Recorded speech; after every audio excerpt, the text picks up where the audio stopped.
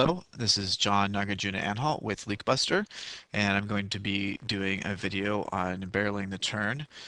This is a concept that a lot of people struggle with, no matter what level they're really playing with, but this video is going to go specifically into a lot of micro stake and small stake concepts. I'm going to cover all the things you should be considering when you are deciding about double barreling or giving up, and the decisions you should start making that begin on the flop. And we're going to go into several specific examples that people have submitted. So to begin with, you always want to ask yourself, are you betting for value or are you bluffing? And are you possibly looking to fire a third barrel as a bluff? If you're value betting, you always want to get clear in your mind what second best hands your opponent's going to be calling with. So make sure that you have that firm in your mind if you decide this is a value bet, and that range of hands makes much more sense than anything else that's in your opponent's range. Secondly, you always want to know what kind of opponent you're against. The weaker the opponent is, the wider your value range should become. And conversely, the stronger your opponent is, the tighter your value range should become. And that's simply because you want to control the pot a little bit more against a good opponent, and there's only so many streets of value you're going to get against a good opponent with a marginal hand. We're kind of assuming a marginal hand in this situation because obviously if you have a big hand, you want to bet as much as possible. Um, so against a weaker opponent, second and third pair definitely become value bets because their calling ranges are going to be so much wider. They're going to include so many more gut shots, sometimes even king high. In position, a lot of these guys, and even out of position, will be calling with a lot of hands that don't make a whole lot of sense, including ace high as well. Um, and third and fourth pair and so on. Sometimes you're going to fire the turn with second pair and they will have top pair, but majority of the time you're going to be firing for value. So you want to make sure that you get max value from those hands because they're going to be calling with so many weaker hands majority of the time.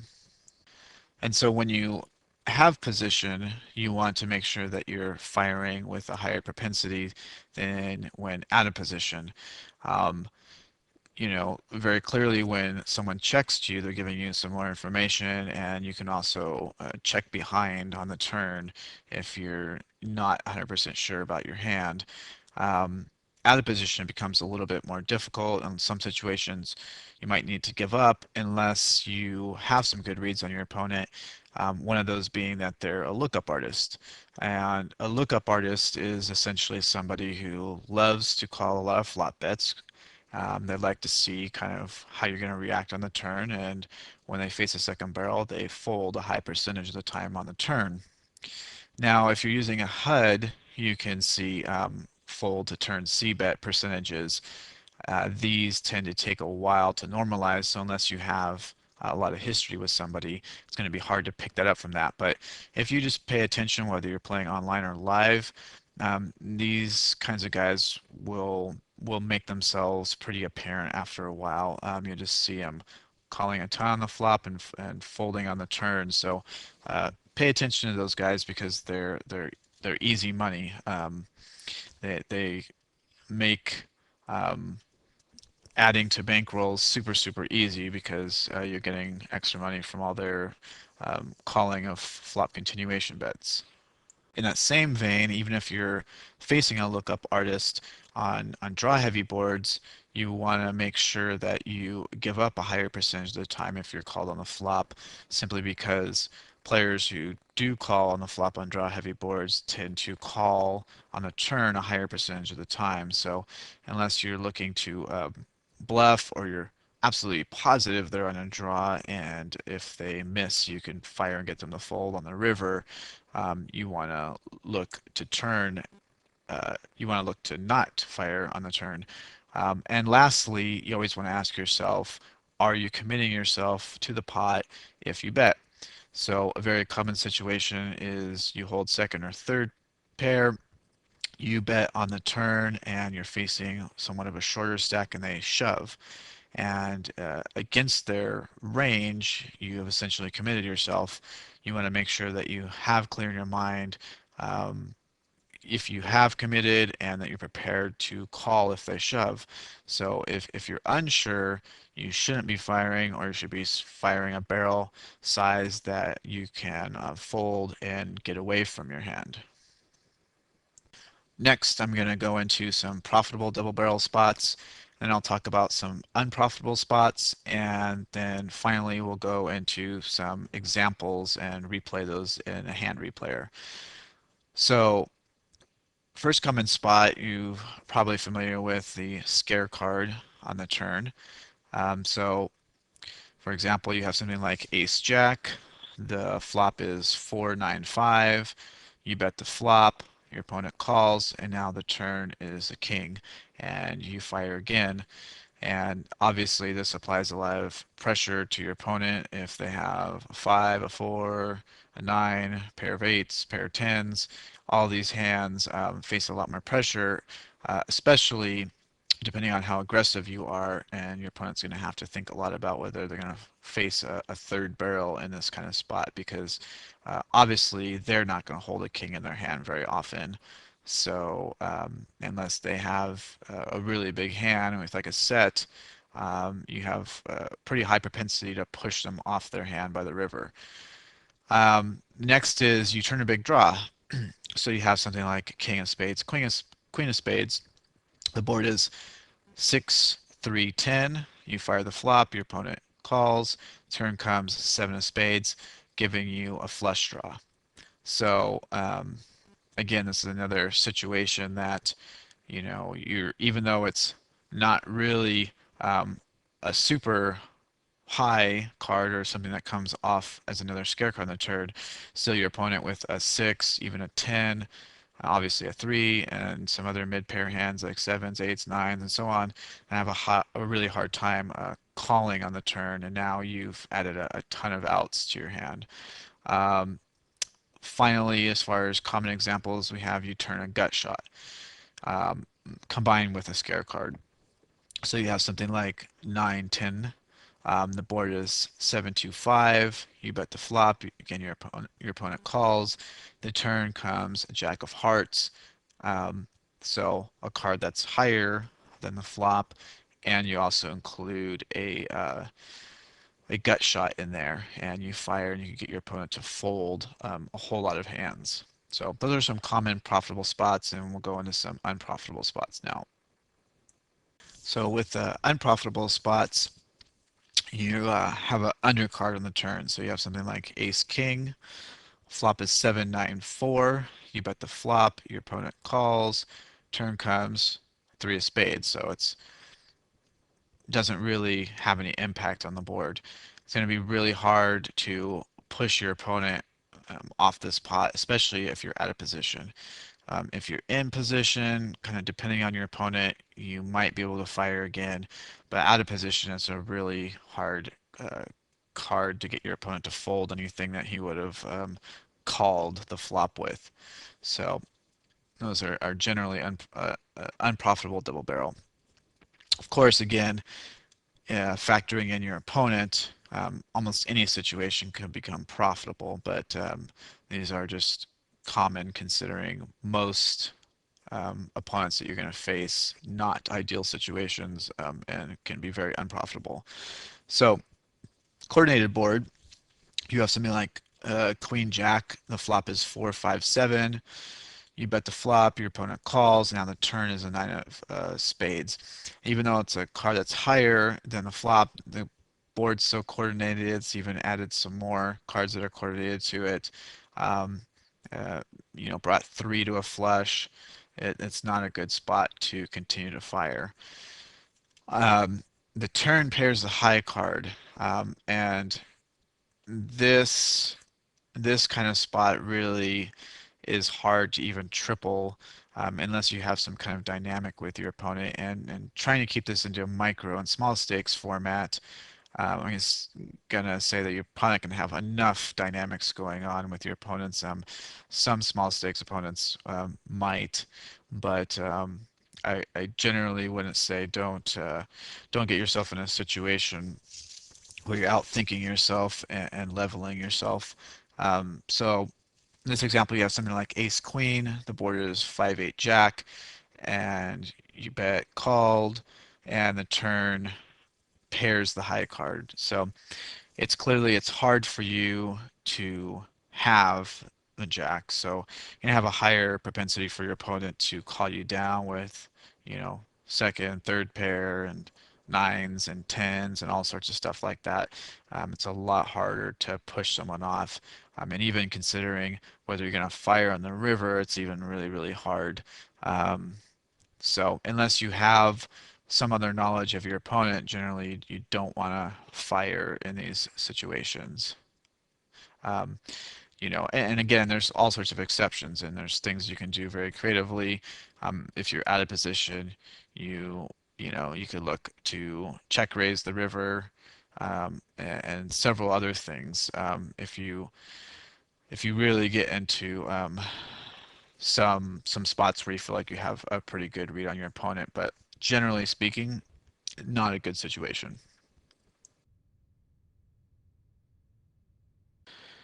So with this first hand, I'm going to go through a common double barrel spot. Here we open Queen Jack offsuit in the small blind, have what seems like probably kind of a fishy player calling the big blind, and the board comes paired. So here in general, there's a couple ways to approach c-bets on paired boards. You can kind of bet smaller on the flop if your opponent doesn't get too out of line, and then bet really large on the turn, kind of trying to apply maximum pressure to them. Um, Here, person bets slightly over half the pot and get a call. So at this point, you know, we're already starting to assign ranges. Our opponent could have obviously a three, a king for trips, a lot of other mid pairs, ace high, could be floating with a whole lot of other hands, even worse than that. So it's still pretty wide. And here I pick up a really good double barrel card for our hand. One of the more ideal cards, we pick up a gut shot. Based on our entire opponent's range, still also have queen and jack that might be good because there's a whole lot of hands like fours and fives and all those kinds of small mid pairs that are in their range. So should be doubling in a spot like this on a paired board where you pick up a gut shot, particularly also when you probably also have overs. This is a very clear double barrel spot. This person checks, gets checked behind, and then do hit the gut shot on the river, bet, and get a fold. But probably, you know, betting if opponent was kind of fishy and the fold equity was marginal and they called with something like 4 or 5 and then you actually do hit your hand, you would have made a little bit more money. But there's still a whole lot of hands that this kind of player, especially if they're kind of in the what you would call a normal reg, somebody who doesn't get too out of line, they're going to have difficulty calling on the turn with a large part of their range that they would have called on the flop. So make sure you take advantage of these spots and follow through with a double barrel.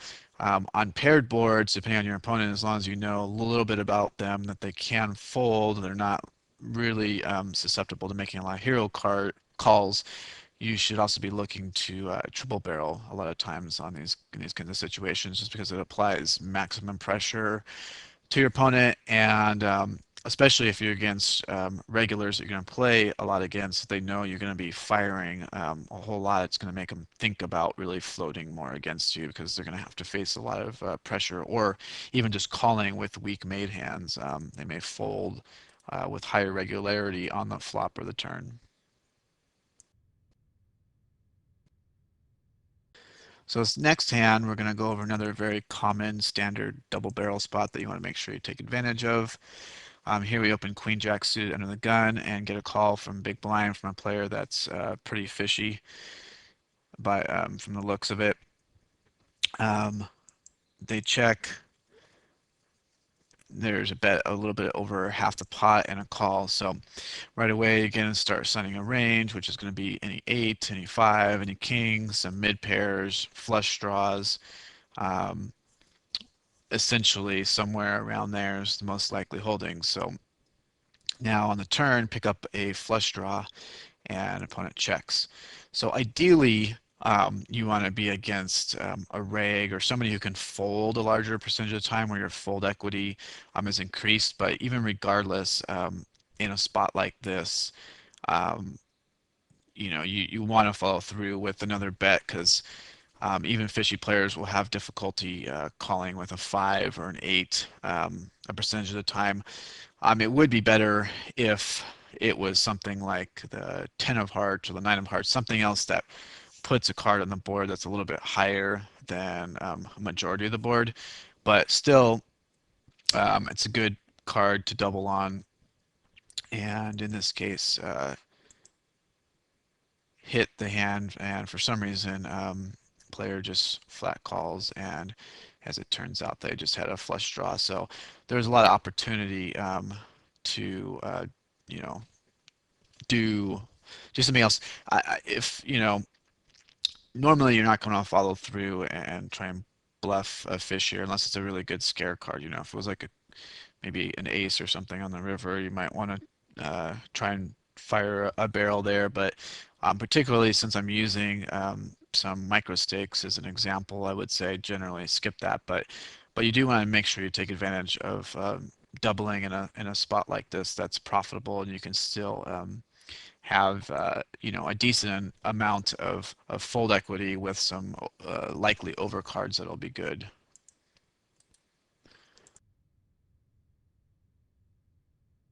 This next hand, we're going to take a look at a pretty common spot where you shouldn't double barrel. Here we have a limp by a fishy player in the cutoff, raise ace queen out of the small blind. The fishy player calls and see the flop heads up, and the flop comes not very coordinated, but it's a couple of the mid cards. Um, if this flop was more something like 8-9 or 9-10, especially if it has two of one suit, um, something along those lines, or 10 jack or whatever, we should even just give up on that kind of flop. 10 jack, if it's kind of rainbow, maybe continuing, but especially cards like 7-8, 8-9, 9-10, especially if there's two suits, you just want to give up on those spots because it's going to hit too much of this opponent's range, and them having position on you and calling with a whole lot of gut shots and single pairs, and not having a whole lot of fold equity against a player like this. It's generally a good spot out of position to give up on. But here it's okay. We have a couple overcards.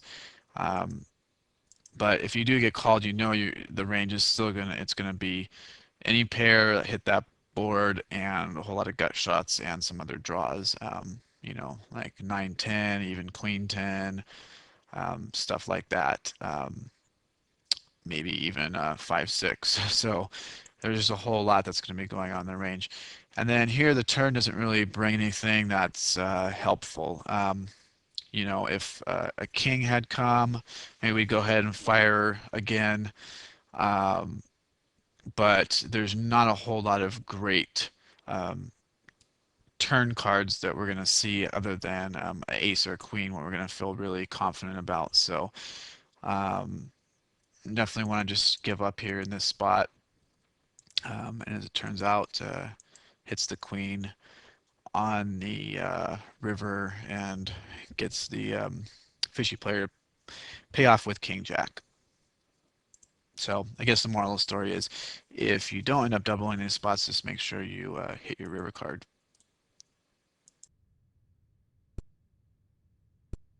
Here in this next hand is another really common spot that you shouldn't double.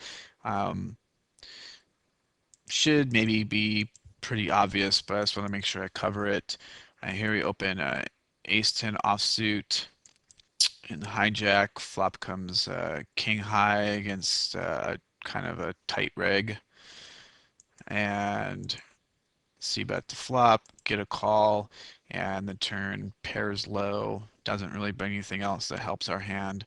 It's going to be really hard to get this opponent to fold with anything they check called on the flop with here. So, um, unless you have a specific read that your opponent calls a lot on the flop and folds a high percentage to double barrels, um, you should really give up on the spot, particularly at a lot of the micro and small stakes games.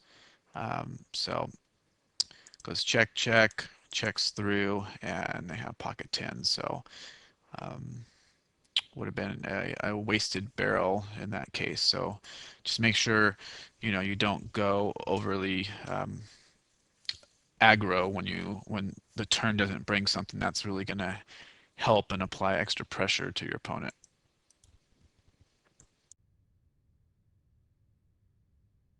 In this hand, this is kind of a common button blind defense scenario where hand ranges get kind of weak and you want to make sure that you're taking advantage of your position properly. You don't want to miss these spots. So here it's folded to hero on the button. He opens a little bit over 2.5 times the big blind, and we get a blind defense call in the big blind. So right away, if someone just flat calls in this scenario for only like 2.5 times the big blind, I mean their hand range isn't going to be super strong here. It's going to be fairly wide and not super strong. So here the flop comes queen 6-5 with two hearts, get a check, standard C bet, and a call.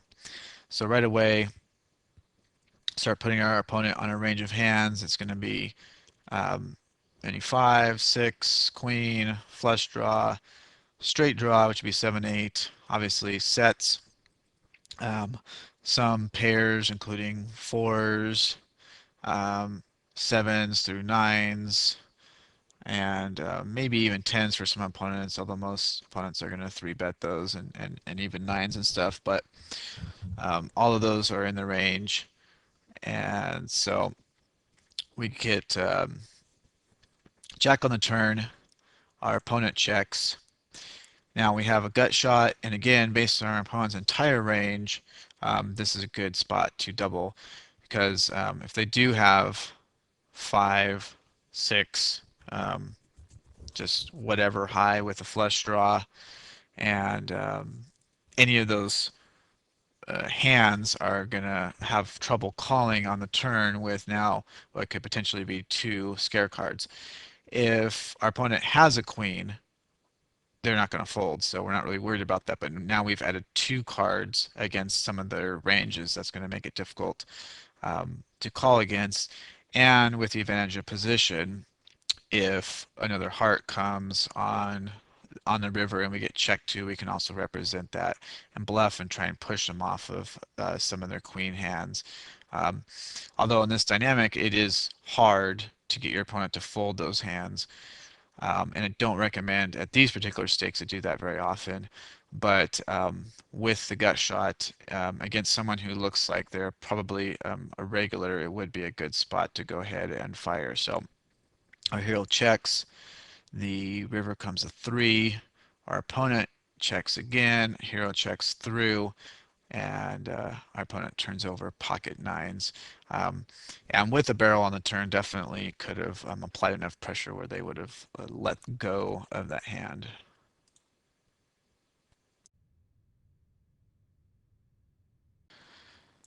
Here's an example of the turn card pairing. It's in a 3-bet pot, but it still illustrates the example pretty clearly.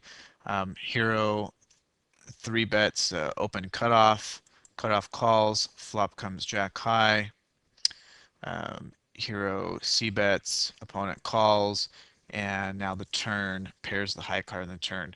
This is a spot, especially out of position, you should just be giving up, especially at these stakes. There's no point in following through. If you did, you are most likely getting a call that goes check, check, and hero tries to bluff the river and gets called by pocket tens, which if they're going to call the river here, likely going to have called the turn as well, and you wouldn't have three barrels, so it would have pretty much been the exact same outcome. But um, in these spots, especially out of position, when the turn card pairs the high card, it's best to let go of your hand if you were called on the flop.